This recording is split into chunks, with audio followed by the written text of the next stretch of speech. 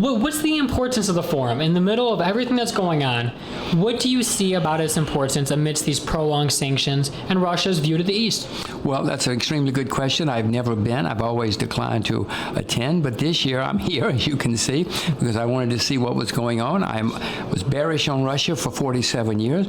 The last couple of years, I've changed my view because Russia has changed, and so I'm now here to learn more and to find, maybe I'll find more investments as well. Yeah, I know that you're taking part in debates about the importance of the BRICS Bank. So what role could this new institution play in the global economic management? Well, it's going to change the world, Andrew, eventually. The world has been dominated by IMF, World Bank, and other American-controlled institutions, and that's never good, that only one player is in charge of everything. So now we're going to have competition for the World Bank and other institutions, many of which have become corroded and actually corrupt in some cases. So this will be very good for the world. It'll be good for the World Bank and the IMF to have competition. I suspect in the end that the Asian-dominated institutions will come and be in charge and in control. Yeah, it seems to me that Russia and China are the engines of engagement here. What do you think about that? Are Russia and China really transforming the world then? Well, there's no question. There are 3 billion people who live in Asia, Andrew, billion with a B, and that's where the creditor nations are. The largest creditor nations in the world are China, Korea, Japan, Taiwan, Hong Kong, Singapore. Russia's a large creditor nation. It's not a debtor. So, no, the assets are in Asia. The people are in Asia. The markets are becoming to be in Asia. So, no, go east. Don't go west. Yes, I guess we'll take the conversation further east then, because I know you're very bullish on China, but some investors are worried that the latest growth indexes could be a bubble. And I know that this has been an issue a lot of people are talking about in the United States. So what's your opinion on this? Why are you still so bullish on China, but at the same time, you're not that optimistic about India's stock market, for example? Well, China is going to be the next great country in the world, whether we like it or not. The 19th century was the century of the UK. 20th century was the century of the US. 21st century is going to be the century of China. And yes, it does not mean there won't be setbacks along the way, Andrew. In America, as we rose to power and glory, we had a horrible civil war. We had 15 depressions with a D. We had very few human rights, massacres in the streets, very little rule of law. And yet, we became an extremely successful country in the 20th century. So China's going to have setbacks. Their stock market at the moment is not a bubble, but it looks as though it could be turning into a bubble. It's an incipient bubble, if you will. If that happens, I'll have to sell. But I'm not going to leave my interest in China just because I sell the stock market. If you'd sold the American stock market many times in the last 150 years, it would have been smart as long as you came back in. So don't give up on China yet. China is the wave of the future.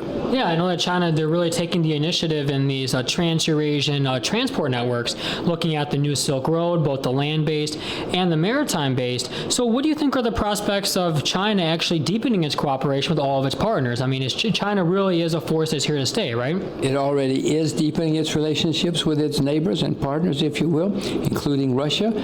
I'm an American, and unfortunately America is forcing Asia and Russia together, which is not good for America in the long run.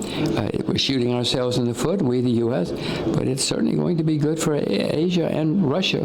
What's going on with Asia and the new transportation networks, it's changing geography, building the railroads and the shipping lanes. No, it's changing everything. Yeah, and you mentioned that the U.S. has been pushing Russia and China closer, and a lot of this is because of the sanctions.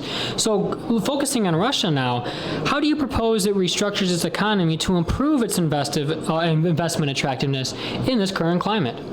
Well, like every other country, if Russia opens up more, and unfortunately I see signs that they might be closing off more, which is not good for Russia, not good for the world, just open up. The more you open up, the more you attract foreign labor, foreign talent, foreign capital, foreign expertise, the better off you're going to be, and give incentives to your own citizens to develop all of the above. Putin is trying to encourage people to invest in the stock market. The more of that, the better. Yeah, and Russia's been opening up to the east. They've been talking about this pivot to the east, to Asia, and right now a free trade agreement was signed between the Eurasian Economic Union and Vietnam. Do you think we can see more of these? I know people are talking about the possibility with Egypt, maybe even India. Well, as I said before, it's the more America forces people together, the worse it is for America, but the better it is for everybody else. It's good for Russia. It's good for Asia. Nearly all of the Asian countries are getting more involved with Russia, and that's going to continue. I suspect even Japan eventually will be closer and closer to Russia just because they need to. That's where the transportation will be. That's where a lot of the natural resources are. No, look to Asia. Yeah, when you mentioned... Go east, don't go west. Yeah, when you mention natural resources, I know that most people, they think about oil and natural gas, but you have previously emphasized water, timber, the type of real natural physical resource. Can you tell us more about Russia's potential and how you see it playing this card in the future? Well, I'm glad you mentioned water. There are huge water problems developing in many parts of the world, but Russia happens to have abundant amounts of water. It's not easily accessible for many people. I mean, you can't get water easily from Russia to the Middle East where they need water, but you do have a lot of water, which also means you have potential for agriculture, which means you have the potential for many, many industries, which are going to be very, very important in the future.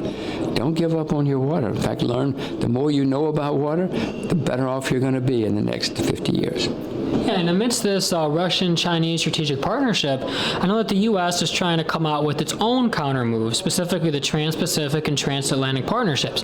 What do you make out of these? How do you assess them? Andrew, any opening of trade and opening up and freeing of trade is good for everybody. The more free trade, the better.